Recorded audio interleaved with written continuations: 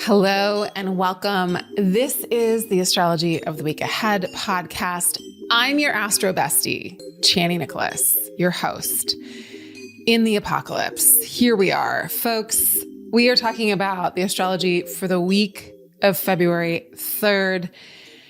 I'm recording this January 17th from Los Angeles, California. So we've just been through a major climate crisis situation. Fires have ravaged certain parts of the city. It's sunny outside. The skies are blue. It's weird, you know? It's like, things are off and yet things look like they're okay outside. And there's this sense that everything is shifting and that we've arrived in a part of our collective history where we are now just in a different time frame. And I think we all share that feeling, whether you've lived through a climate collapse scenario recently or not. I think while we're watching each other, or you've lived through some atrocious type of genocide, war, watched it, we are in this moment of back-to-back cataclysmic events. And it's going to take a really, really, really robust sense of self and determination. And I think a different type of goal setting, if I may. Obviously, the most important thing that we can do in this moment is build community, is build communities of care, is take care of each other, is be in the moment with one another and show up as courageously, again, as robustly, as fiercely, as lovingly, as determined as we can possibly do to save what we can, to preserve what we can, to fight for the things that need us. And this week's astrological signature is bringing that message home. Not because I want it to, but because it is. Because I do think that there's something in the air of this week's astrology. And again, I'm recording this in mid-January, so I'm not too far out, but everything changes so drastically, it seems, day to day, that 5 minutes feels like a far way out in this world, in this situation, in this 2025. My goodness, our gods. So I'm recording this mid-January, and when I look at the week of February 3rd, there's a lot of excitement in the air. That might be a weird thing to say. It feels like a weird thing to say from my vantage point here, but I do feel it. I do sense it. I do think that there is a culmination of events. And I think something is going to happen this week, very specifically with tech industries, with social media apps, with whatever is going on in that domain. And because there's so many of us, hundreds of millions of people on social media apps the world over, they really are this collective meeting place. And there's so much about communication and collectivity this week because the week is bookended by some very important conversations. On Monday, the 3rd of February, Mercury makes a trine to Jupiter. Fine. It's not like the biggest astrology of the year, but Jupiter's stationing direct on Tuesday the 4th. Jupiter's going to station direct, and it's in Mercury's sign. It's in Gemini. So it's all about the millions of different podcasts and the long form podcasts. Like Jupiter makes things big, but Gemini is about little bits of information. So it's like stretches the little bits of information out in these huge ways. And so when Jupiter is stationing direct or retrograde, in this case direct, it's pulling focus, and it's pulling focus in the style of Gemini. So it's pulling focus on our conversations. Mercury is just the translator. So Mercury is like, oh, let me pick up on this conversation that Jupiter's having about a turning of events in terms of our communication devices. Again, social media is such a huge communication device. We view it and we interact with it through a communication device, our phones mostly. And so there's something here Monday, Tuesday that feels very pivotal, very important, and in like an announcement in terms of something to do with comms, communications, etc. It's a good day to make an announcement though, for like yourself, for your situation, for whatever it is you're wanting to do. And it's a good time to like be really forward thinking and really broad minded. And it will help us to have confidence in our conversations. And also maybe even it's a signature of thinking in a more positive kind of way. Like, okay, this is the scenario that we find ourselves in. What is possible given this situation? How can I make the most of this? And how can I be really, again, broad in my understanding of what's going on? Where is the opportunity? Mercury trine Jupiter, as Jupiter stationing direct in Mercury sign, is like, woo, all the ideas, all the big conversations, all the opportunities. I'm just going to like conversate and articulate and think my way into bigger, brighter, bolder pastures, futures, opportunities. You get the picture. And then by the end of the week, we're talking Sunday, the 9th of February, Mercury and the sun are going to come together. We call it a cazimi. It's a moment of absolute clarity. But these two are doing this in a square to Uranus, which spells out disruptive, radical, revolutionary conversations, ideas, and explanations of things. It feels like by the end of the week, there's something exploding onto the scene. The end of this week and beginning of next week, there's something exploding onto the scene. There is something that is like, whoa, did you hear? Which I know is like every 5 minutes, but here we are. And then next week, we have like this big ruckus full moon in Leo that is square Uranus as well. So we're moving towards something that is like, feels like a big event, looks like a big event, looks like a very dramatic event, looks like something that's going to get our attention. And it is something that is being announced. It's a piece of news, very likely has to do with tech, has to do with, again, the ways in which we communicate. So social media, email, text, etc. Because Uranus, the planet that's square all of this by the end of the week and the beginning of next week, is definitely about experimentation, if not about technology in and of itself. So there's just these themes that are being woven into stuff. Maybe it's an announcement that something good is happening, that we're keeping certain apps, that we're not being banned from certain apps. Again, I'm recording this mid-January. I don't know what's happening in the future, but that's what it feels like. It looks like something that's like, okay. And also, this could be a moment that galvanizes people. And I do think that this is true for February and March, that we will be galvanized into a collective kind of moment, movement, uprising of sorts. There's this moment that is quick, but very punctuated with next week's full moon. And also on Monday, February 3rd, Venus, very much in its pre-retrograde shadow, it's going to station retrograde on March 1st, Venus enters Aries. Venus in Aries does not care about keeping the peace. Venus in Aries is bold. Venus in Aries is like, I don't like that. I like this. It is upending anything that tries to maintain equilibrium for the sake of doing so. It's like, no justice, no peace. Sorry, that's not what we play here.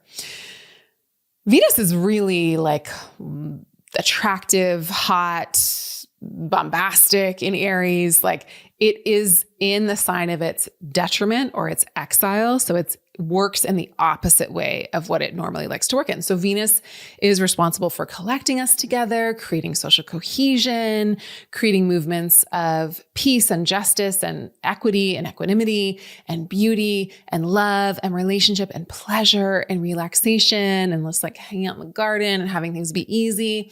And Venus is going from its exaltation sign of Pisces on Sunday/Monday to the place of its exile. So exaltation, up on high, to exile, outcast, within a day.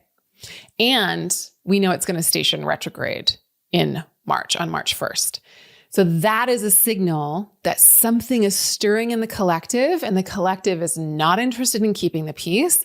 The collective is fired up about something, or it's about to be. There's something here that's going to be like, well, this doesn't work for us as a group. So this is what we want to fight against. Now, I just want to say, I think I've said it in the past couple of episodes, the last time Venus did this exact retrograde, because we have to remember Venus retrogrades through the same part of the zodiac about every 8 years, like almost exactly same days, same parts of the zodiac every 8 years.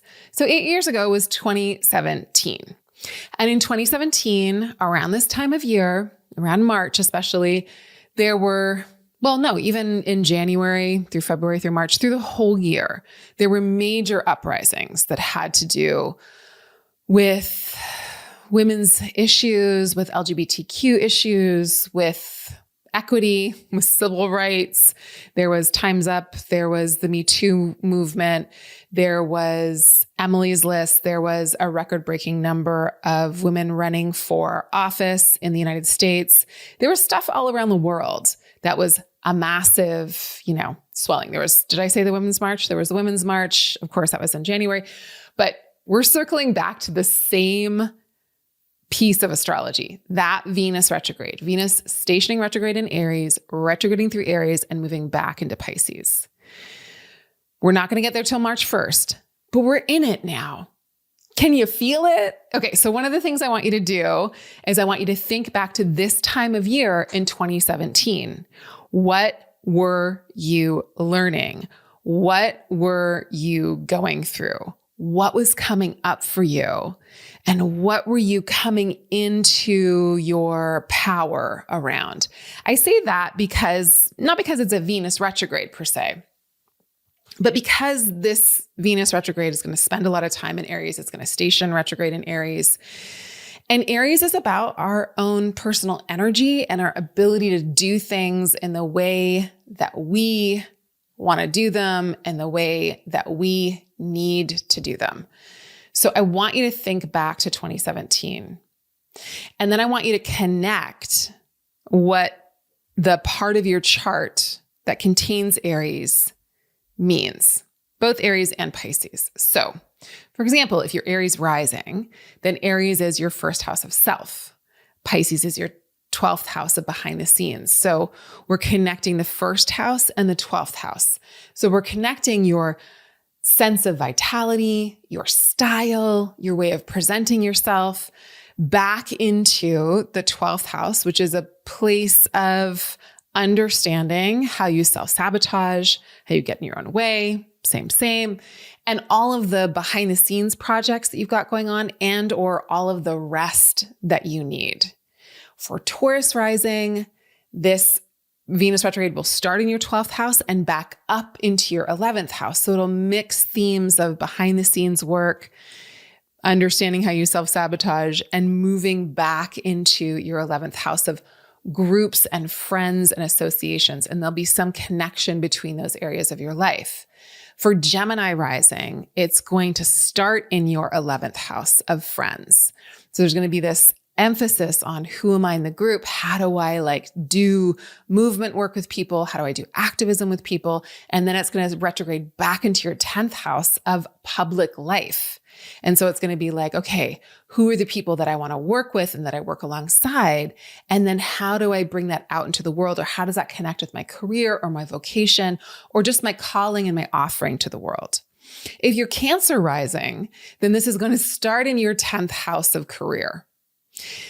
which is all about how you're public facing. It's about your reputation, what you're known for. This is a time to kind of like double down and make sure that you are centering what you value in this area of your life and in the world. Very important that you be bold and you be direct in terms of saying, this is what I value, and this is how I'm going to risk things for what I value.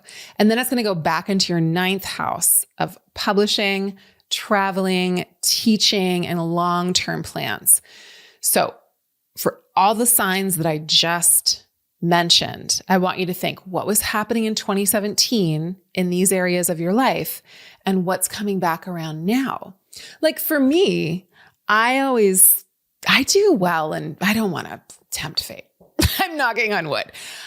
I have often gotten a great deal of insight through Venus retrogrades in the area of my life that is represented by the part of my chart Venus is retrograding through. I'm not saying they're easy at all, because they are about reviewing our relationships, our relationship dynamics, how we enter, exit relationships, right? How we enter a relationship, how we exit one, how we work through the tough stuff in between is really, really, really important and really hard. So it definitely brings up all kinds of intimacy issues and pain points, but there is no way we can build movements that are effective at going up against oligarchies and plutocracies and all manner of regimes without understanding how to be with one another in difficult times. So I want us to remember that the personal is political in every way. How we deal with our interpersonal stuff, projections, all the things, is part of how we build strong and effective movements. And it is imperative for all of us to risk our pride, to feel our feelings, to do the difficult work we need to do in relationships in order to move this world forward. Not just to deal with our own personal relationship sagas and dramas, not to downplay them because they're, but to actually recreate the world. We have to be able to find ways to do difficult things with each other and to be in difficult conversations, dynamics, all of that with one another. So this is our invitation to do that. Because doing movement work, doing activism, it's messy. It's imperfect. You know why? Because we're doing it. And we are all kinds of horrific and beautiful and wonderful and challenging and just absolute nightmares, right? I know I am. So anything we do politically or anything we're doing in the world is going to contain all of us. So doing this interpersonal work, I want us to remember, is part of doing the world recreation work and the world transformation work. Okay, where were we? Leo. So I'm talking really about rising signs here. So Leo rising, I want you to think back to 2017. The Venus retrograde will start in your 9th house of long-term plans and travel and education. So learning, teaching, and publishing. And also what we hold to be true. Like, what is your North Star? What was it in 2017? What is it now? Are you being reoriented in some way, shape, or form? Then it's going to retrograde back to your 8th house of shared resources and money and contracts and how you do exchanges with people. Also taxes and debts and loans. So it's a good time to start thinking about making sure all that stuff is in order when and where and how you can. Then we've got Virgo. Okay. Virgo, this Venus retrograde starts out in your 8th house. The 8th house is also about sorrow and grief and loss. So you might be moving into a short window of time. It's not that long. It's February and March and like a little bit into February. Anyways, it's like a maybe 7-week period where you're looking at the relationships that have ended in your life. You're looking at any grief that you've had around, especially like friendships and old relationships that maybe ended in a way that was heartbreaking, maybe was just difficult. There might be some of that, of like a going back and sorting through the layers of grief and allowing yourself to grieve things that are over, grieve relationships that are over, but also for you, money, debts, taxes, loans, collaborations. Make sure that you are showing up in a way that's really honest and like, this is what I need. This is what I have. This is what I can do. This is what I can't do. Then it's going to retrograde back into your 7th house of committed partnerships. So business partnerships, marriages of all kinds, platonic, romantic, etc. You're going to do some deep relationship work. Then we go to Libra rising. Speaking of relationship work. So this Venus retrograde is going to start in your 7th house of marriages of all kinds, be they business. And when I say that, I just mean commitments. Be they business, be they platonic, be they romantic. What was happening in 2017 in your intimate partnerships? Are you doing something now that feels like it's rhyming with that moment? It's related. It's a mirror image. It's part 2. It's like book 2, book 3, book whatever. But something is connected between that time and this time about your relationship stuff, about the ways in which you are in relationships, working through relationship dynamics, dramas, etc. Because it starts in the Aries sign, the sign of Aries, which is your 7th house of relationships. Again, it's really in your face. So it's good because you know what it is. So what are you going through? And what are you also like reclaiming? Any retrograde, especially Venus and Mercury, are about retrieving some part of your energy. So this is about retrieving your energy from relationships that don't work, from relationships that you need to let go of, or from old iterations of relationships and the need to go through a renewal process in the relationship that you're in. Then it's going to retrograde back to your 6th house. Your 6th house is a place of work and service. And you're going to review how you do your work life, how you are of service, and also your health. So it'll be a good time to think about health issues when Venus gets back there. Then we go to, I didn't really know I was going to do all the signs, but here we are. Then we go to Scorpio. So Scorpio rising, think back to 2017. What important work projects or work relationships or health issues were up for you then? And what's up for you now? What is rhyming? What is mirroring? What is part 2? What did you learn back then? What are you learning now? Then Venus will retrograde back into your 5th house of creativity and creative self-expression. So there's this connection. Remember, there's these connections between these 2 places in your chart. There's a connection between your work and your creative energy and your creative projects. So what creative projects maybe are you making money off of or wanting to? And what are you reviewing now? What are you learning? What's the most important thing that's going on in these areas of your life? Then we get to Sagittarius rising, 2017. Venus is going to start its retrograde in your 5th house of creative self-expression. What were you creating in 2017? How far has it come? Is 8 years later? What has it turned into? Maybe there was something about children, because this is also the 5th house. This is the place of children. This is a place of creative progeny, human progeny, whatever kind of progeny you're interested in being a part of bringing into the world. So there might be something here about what you're bringing into, what you're birthing, what you're making manifest in this lifetime. And then it's going to retrograde back into your 4th house of home and family and foundation. And that is really important because that's where it's really tender. And we really want to focus on what it is we value in terms of home and family and how to center those things that we value in our creative life, in our home and family life. And there's a connection here. What did you learn as a child about being a creative individual, about being freely self-expressed? Who was like, you can't do that, and you spelled that wrong, and that's ugly, and you're dumb, and you can't write or paint or dance or blah.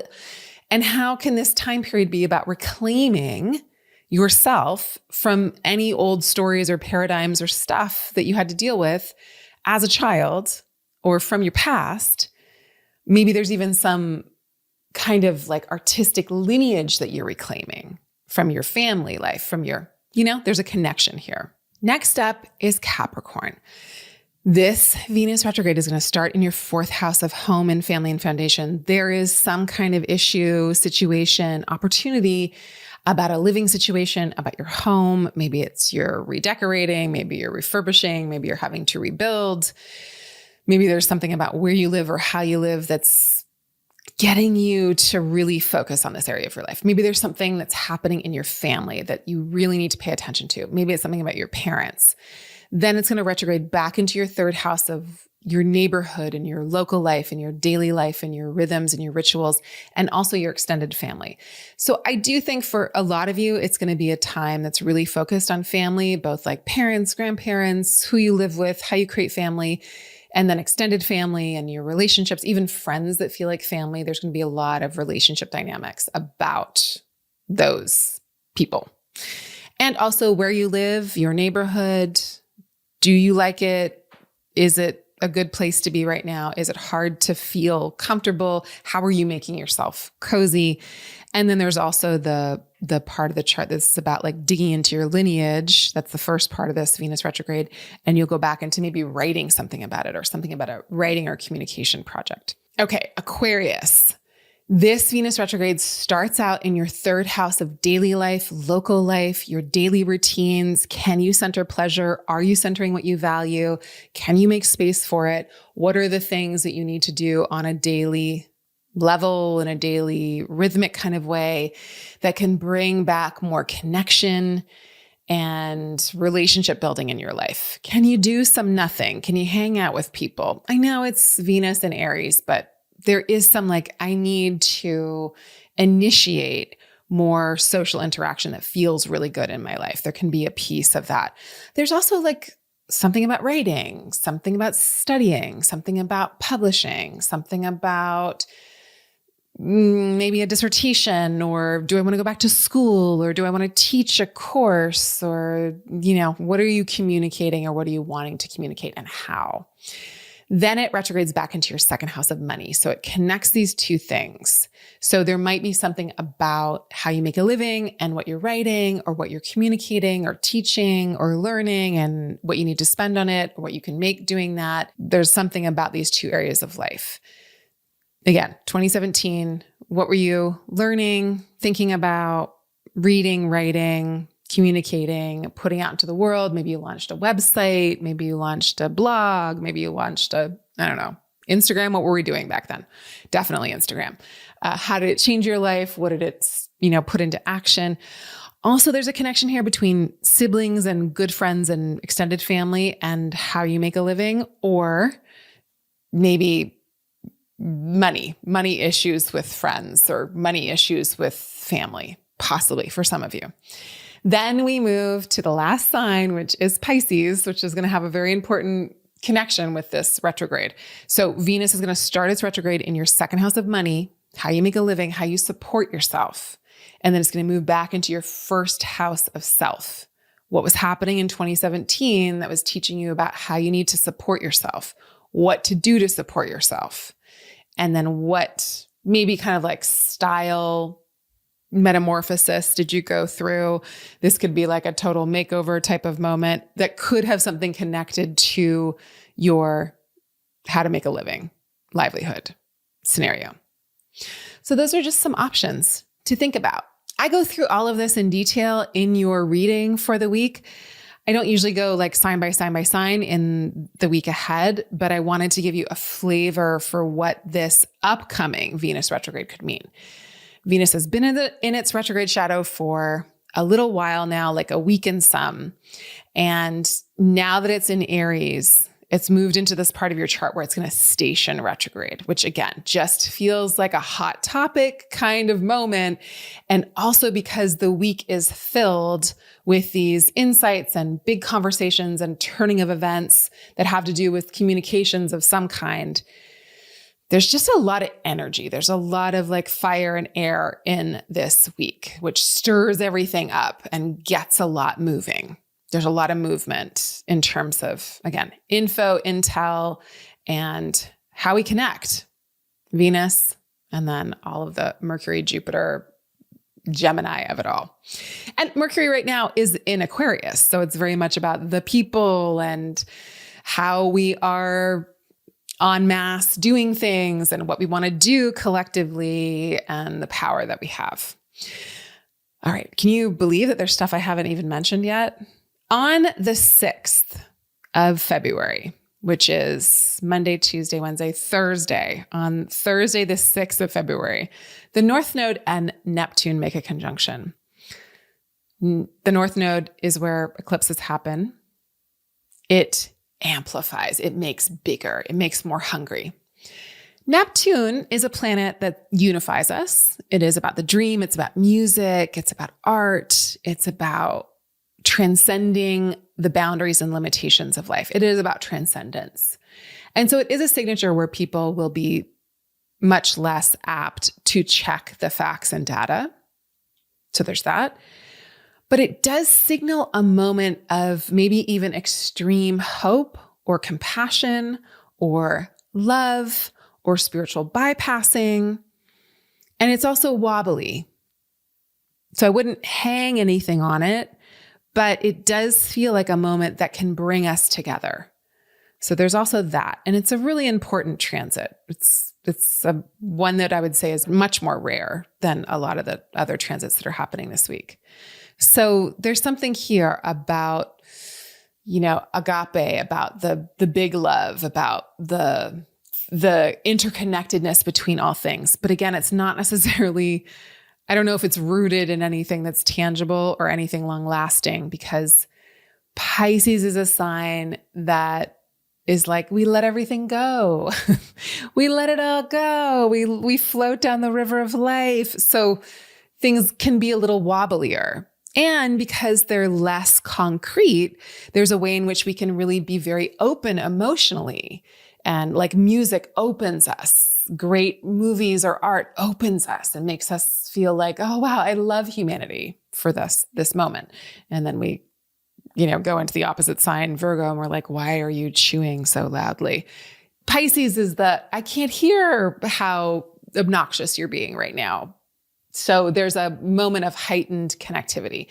I'm not saying it's bad at all. It's probably really needed and really good. And it's not necessarily something that's long lasting. Okay. On the 7th of February, we've got Venus making a sextile to Pluto. Very deep and cathartic and sexy and va-va-voom. Love it. Also, maybe a little like power to the people kind of moment, maybe. Like, we could do anything together. Let's light it all, up. And then on the 9th, of course, we've got that Mercury cazimi that's square Uranus, shattering news, something that's going to upend some kind of proclamation, some kind of announcement that's going to be like, okay, now it's all different. Again, this is now where we are. Again, I'm assuming it's going to have something to do with tech or something to do with our communications, the way we communicate, and a change that's happening there. We also have Mars, very much retrograde right now, ruling that Venus that's in its pre-retrograde shadow, about to retrograde. Mars is going to trine Saturn, which is nice. It's good. It's stabilizing. So we're, like picking a lane and trying to like move in a direction. Mars is retrograde, so it's a little bit of like the waters are going backwards. We're a little upstream, perhaps, but it is a productive type of work about something that is maybe emotionally a little challenging. Well, y'all, that is the reading for the week. I'm not doing an Ask Me Anything this week because I did the little like mini readings for every sign for the upcoming Venus retrograde. But please, comment below if you're listening to this on YouTube, questions that you have. You can always write into us. You can always DM me. I might not see it, but leave a comment under the YouTube video or send us a note about a burning question that you've got. And we might even answer it in the Down to Astro. Have you listened to Down to Astro? We have this whole other podcast called Down to Astro where we look at what has just happened in the world and what happened astrologically, and we match the two. Like here, I'm projecting into the future.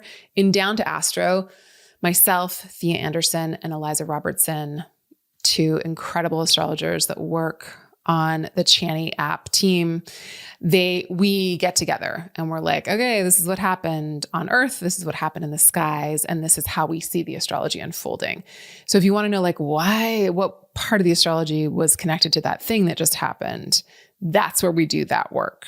So please go and visit us there. It's a really great podcast. We have a lot of fun doing it. even though we're talking about a lot of really difficult things often, it's good to process with each other. You know what I mean? Okay. That's it. Next week, we're going to talk about the big, huge, bold, wild full moon in Leo, the most performative sign there is, square Uranus, the most disruptive, unique, experimental, avant-garde planet there is. So I think next week is going to be quite a show. I think it's going to put on quite a show. So come back and we'll talk about that then. Sending you lots of love. Many, many, many blessings. Bye for now.